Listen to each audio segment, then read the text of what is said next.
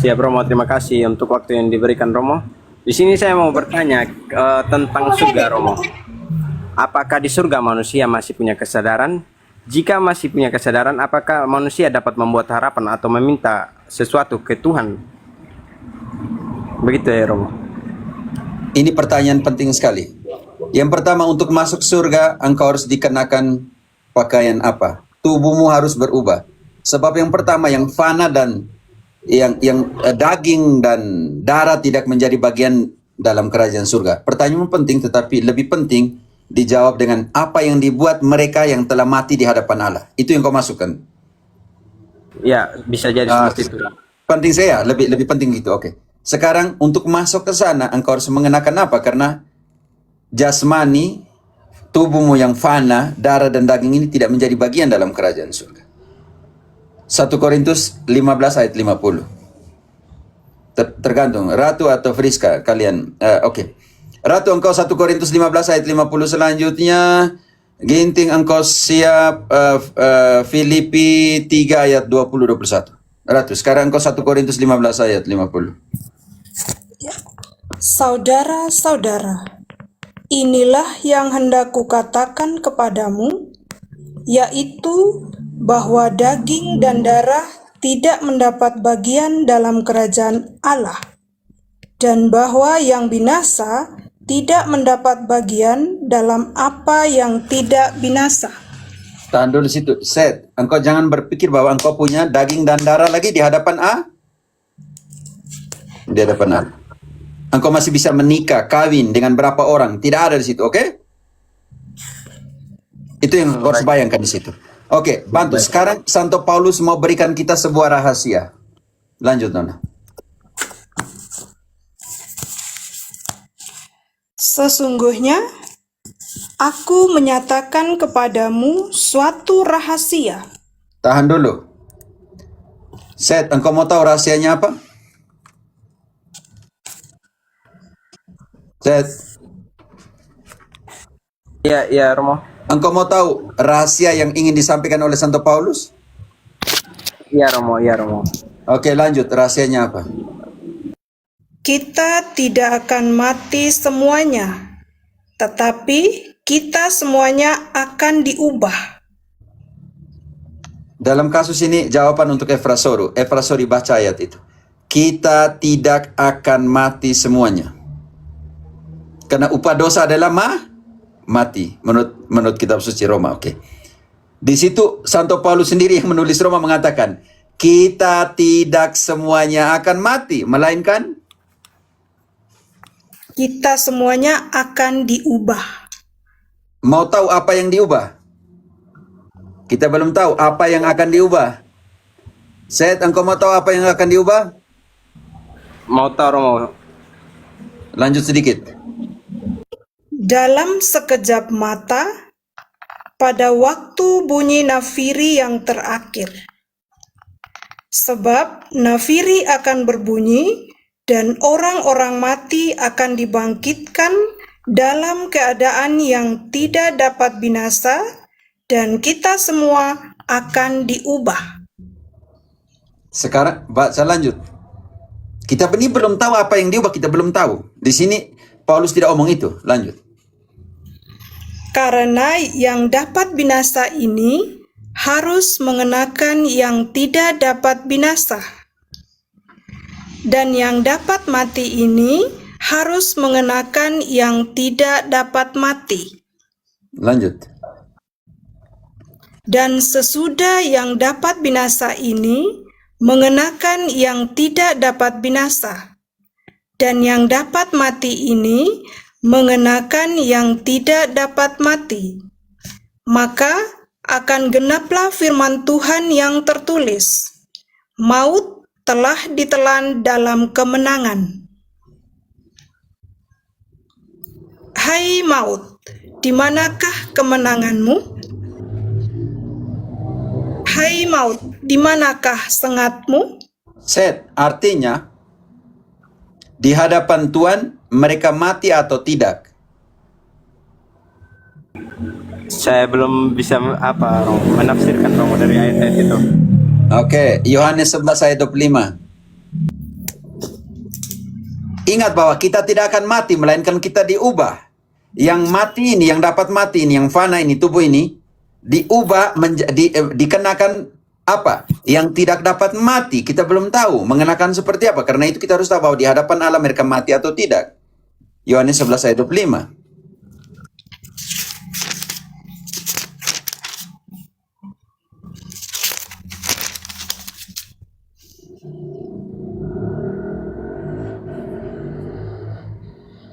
Halo. Injil Yohanes. Jawab Yesus, "Akulah kebangkitan dan hidup. Barang siapa percaya kepadaku, ia akan hidup walaupun ia sudah mati." Di hadapan Allah, kita mati atau tidak? Orang yang sudah mati nih, Sesuai dengan ayat, menurut tafsiran saya kita hidup pula. bukan menurut kau, menurut ayat tadi. Iya, menurut ayat tadi kita hidup. Jangan di bilang depan. menurut saya. Saya tidak omong menurut saya. Bukan saya tidak Iya, omong atas menurut- nama Herodai.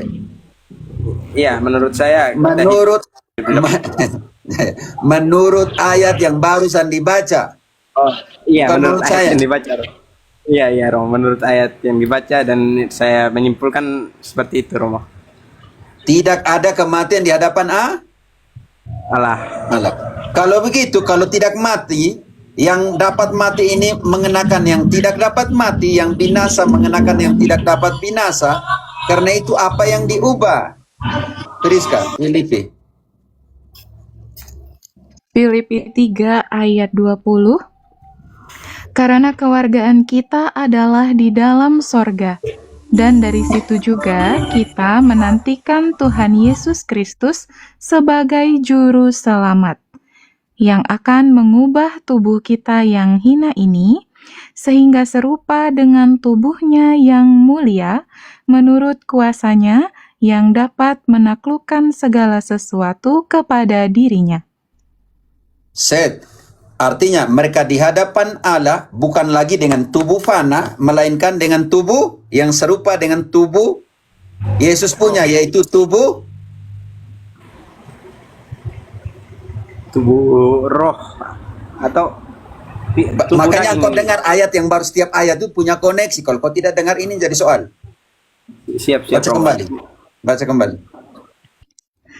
Karena kewargaan kita adalah di dalam sorga, dan dari situ juga kita menantikan Tuhan Yesus Kristus sebagai juru selamat yang akan mengubah tubuh kita yang hina ini sehingga serupa dengan tubuhnya yang mulia, menurut kuasanya yang dapat menaklukkan segala sesuatu kepada dirinya. Akhirnya di hadapan Allah di surga ini mereka mengenakan tubuh Kemuliaan yang serupa dengan tubuhnya siapa? Yesus.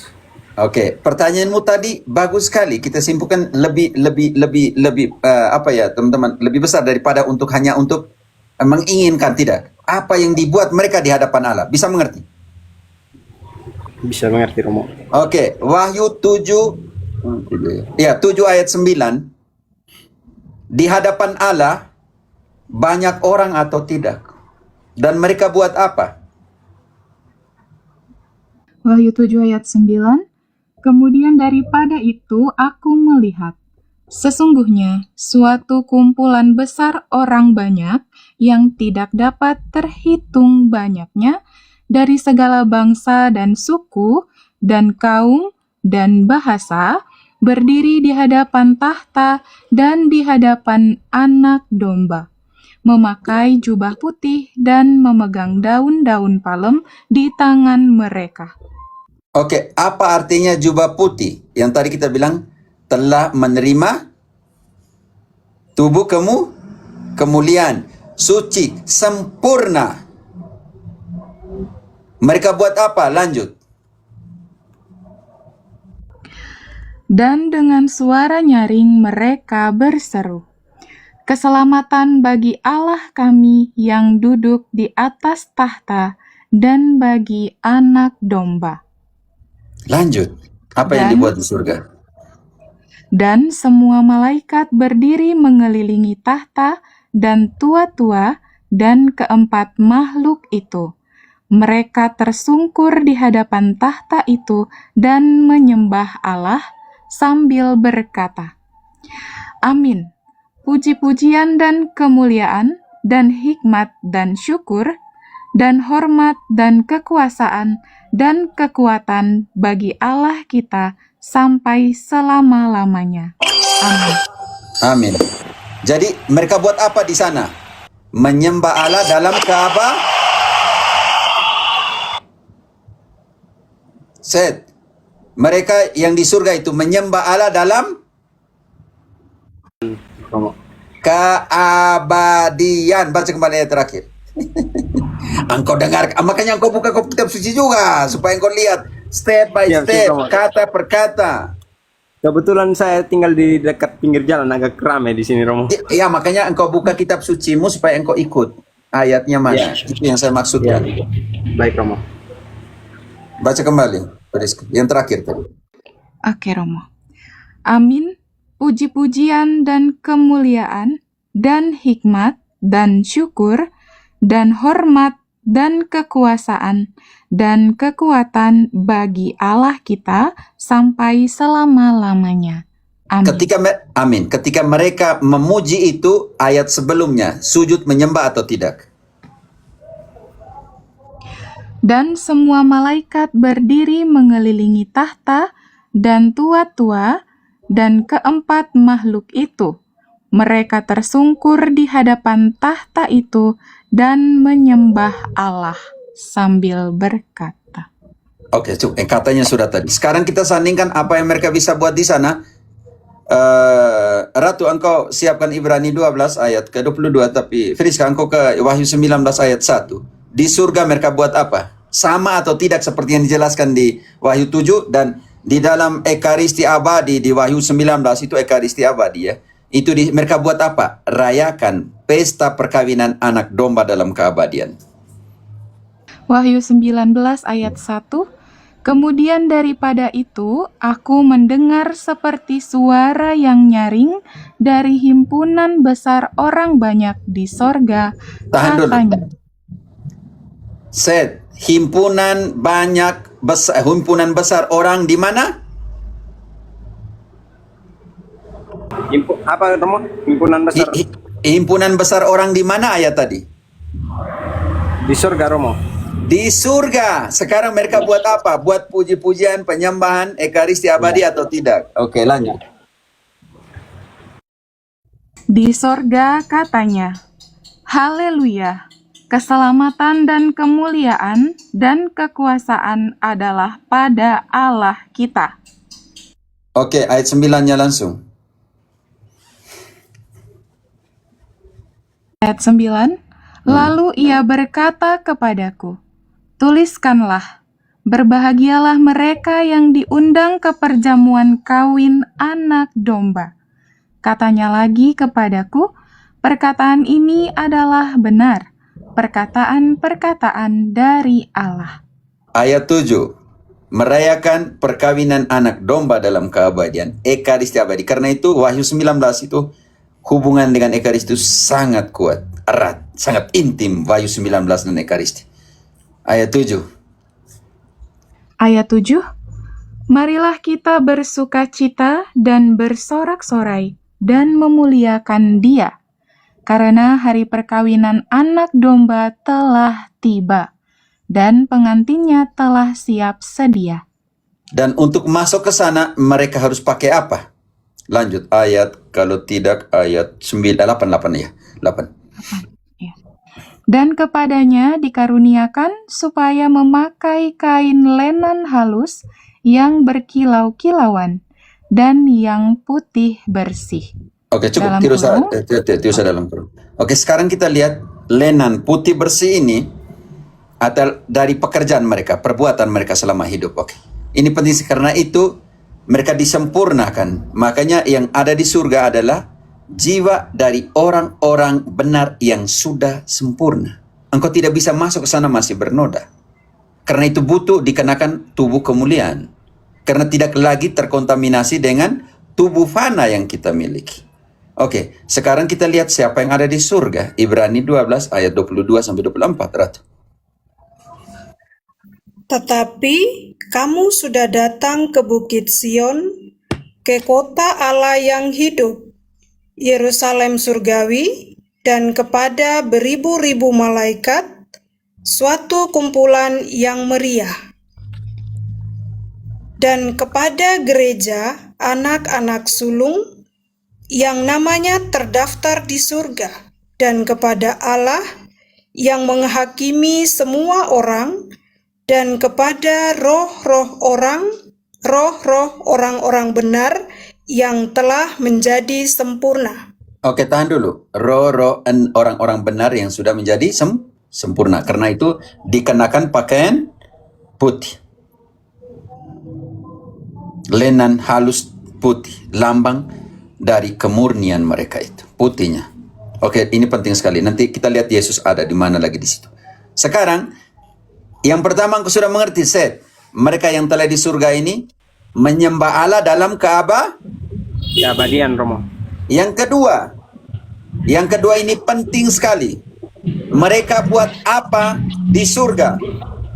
Ya. Siapa yang sudah punya kitab Wahyu di tangan? Ratu atau di Friska? Friska, engkau masih di Wahyu? Masih, Romo.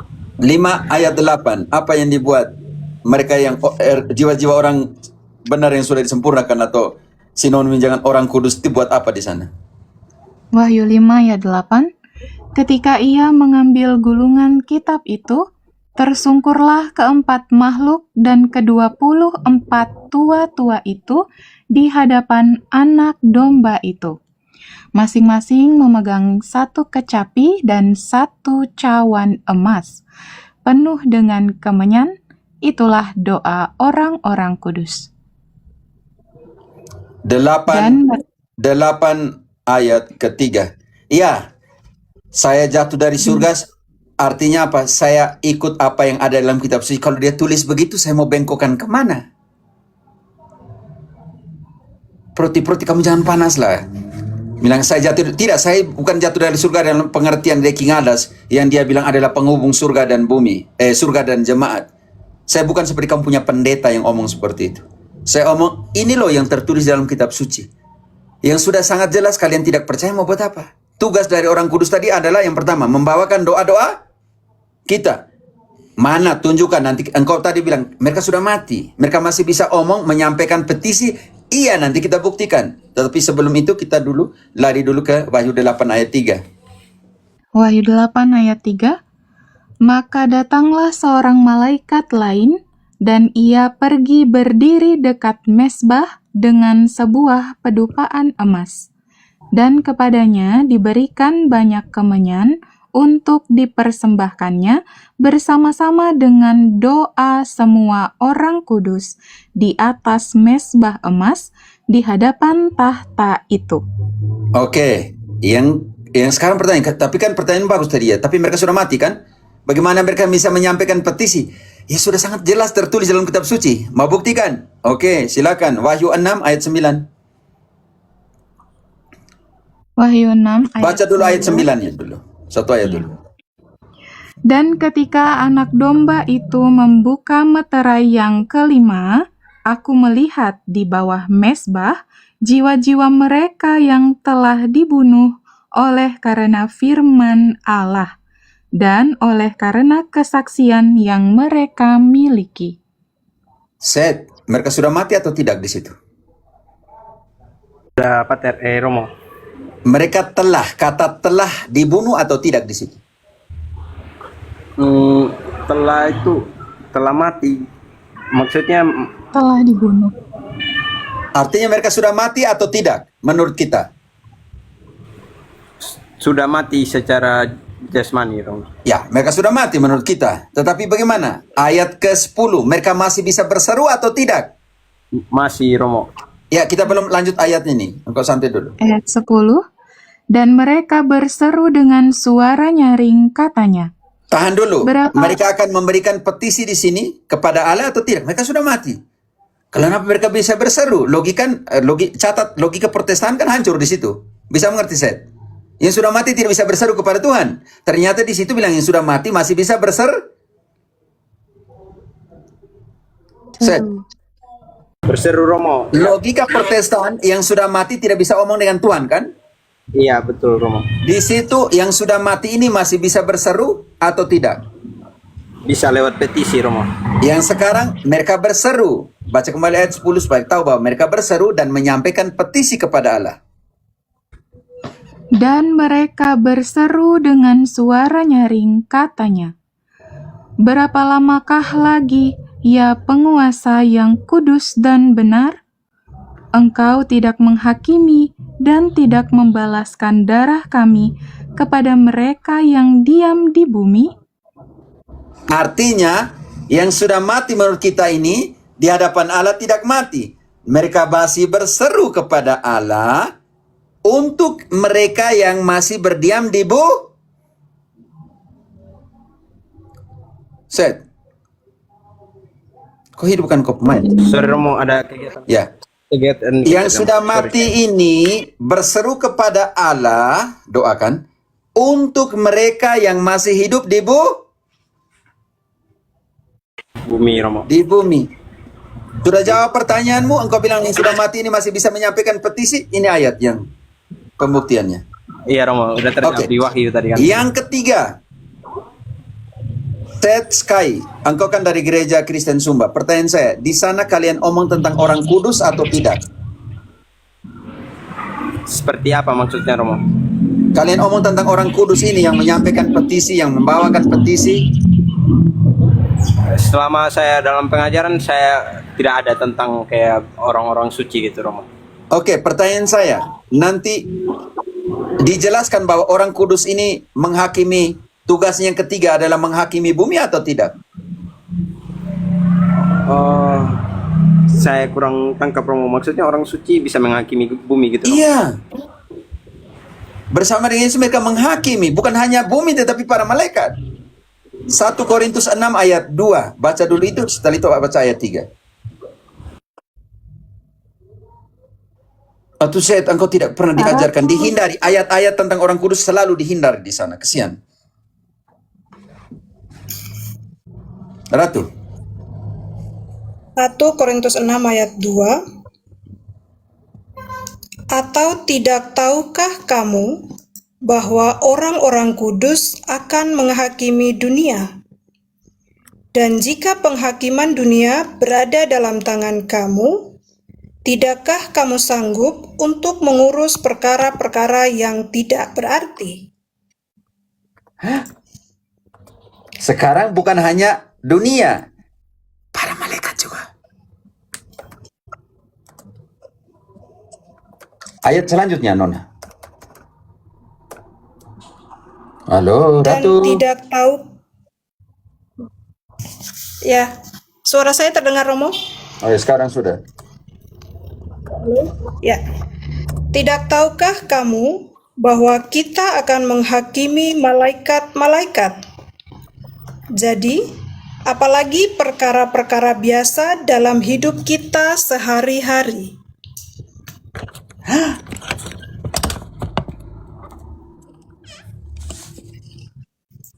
Hidupkan mic-mu, saudaraku. Ya Romo. Hidupkan mic-mu. Ya, Orang siap, Romo. kudus tidak hanya membawakan doa. Orang kudus juga akan menghakimi dunia bersama dengan Yesus. Yesus. Bukan hanya dunia tetapi juga para Malaikat. Sekarang engkau pernah dijelaskan bahwa nanti Yesus datang dengan siapa? Tidak pernah, saya belum belajar tentang itu. 1 Tesalonika 3:13. Yesus datang dengan siapa?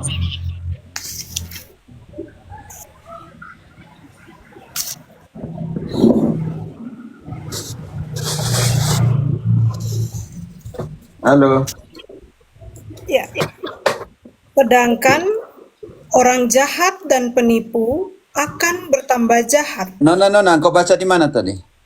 Oh, sorry Romo. 1 Tesalonika 3 ayat 13, kiranya Dia menguatkan hatimu supaya tak bercacat dan kudus di hadapan Allah dan Bapa kita pada waktu kedatangan Yesus Tuhan kita dengan semua orang kudusnya.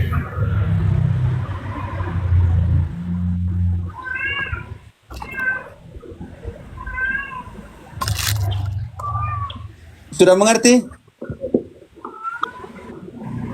Cukup mengerti Romo.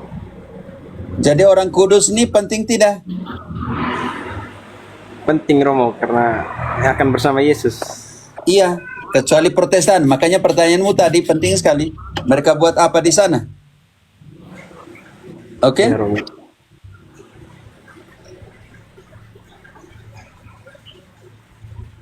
Oke. Masih ada pertanyaan tentang orang kudus? Sudah cukup mengerti Romo. Ternyata dalam Protestan memang kalau untuk orang kudus itu kayak tidak Andai- terlalu diungkit-ungkit Romo. Hanya lebih ke Tuhan Yesus ya Romo. Karena itu kita semua ini adalah keluarga, rekan sewarga dan keluarga Allah bersama dengan orang kudus. Efesus 2 ayat 19.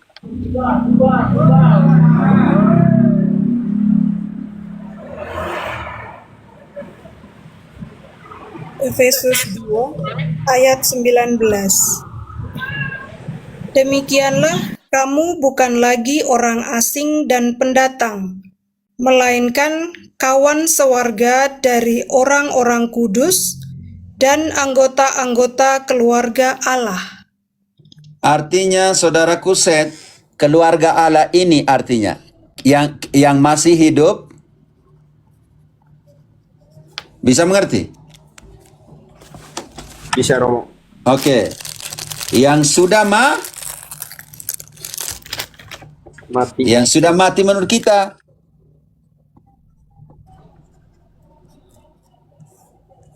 Ini yang dinamakan keluarga Allah. Tetapi kita harus tahu keluarga Allah itu adalah apa? 1 Timotius 3 ayat 15.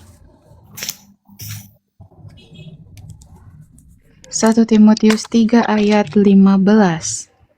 Jadi, jika aku terlambat, sudahlah engkau tahu bagaimana orang harus hidup sebagai keluarga Allah, yakni gereja dari Allah yang hidup, tiang penopang, dan dasar kebenaran.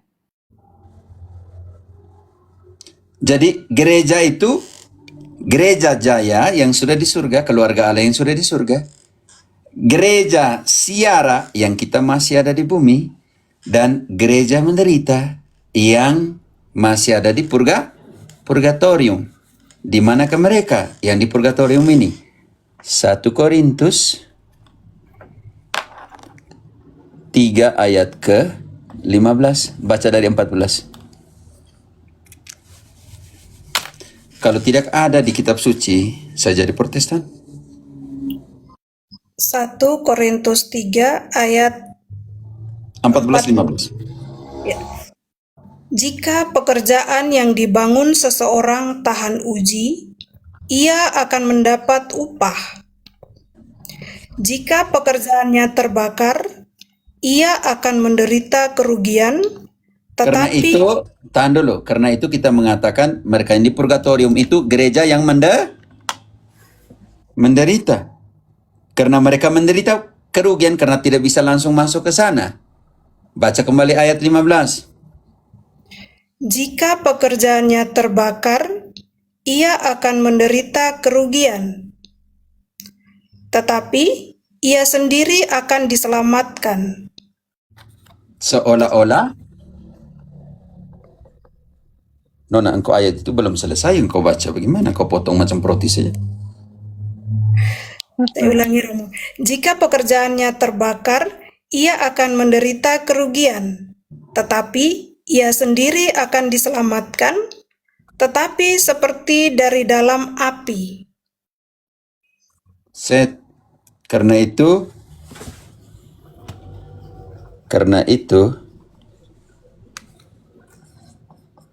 gereja titik 2 1 jaya. Ada di mana orang kudus tadi yang kita omong? Surga Romo. Surga. Yang kedua, menderita. Ada di mana? Derita. Purgato. Mereka akan diselamatkan seolah-olah dari dalam Alkitab. Aduh, engkau Alkitab gimana? Baca kembali ayat 14-15 tadi. Dengar baik-baiklah. Jika pekerjaan yang dibangun seseorang tahan uji, ia akan mendapat upah. Jika pekerjaannya terbakar, ia akan menderita kerugian, tetapi ia sendiri akan diselamatkan, tetapi seperti dari dalam api. Oke, sekarang yang kita namakan gereja dari derita. Dan sekarang ini kita yang masih dunia namanya dunia. Yang di dunia ini kita masih berjuang untuk masuk surga. Tetapi tidak bisa masuk surga masih bernoda. Karena itu menderita tidak bisa masuk langsung. Dan ketika dia menderita, di situ maka apa yang terjadi? Di situ dia akan diselamatkan tetapi seolah-olah dari dalam api. Yang ini yang kita namakan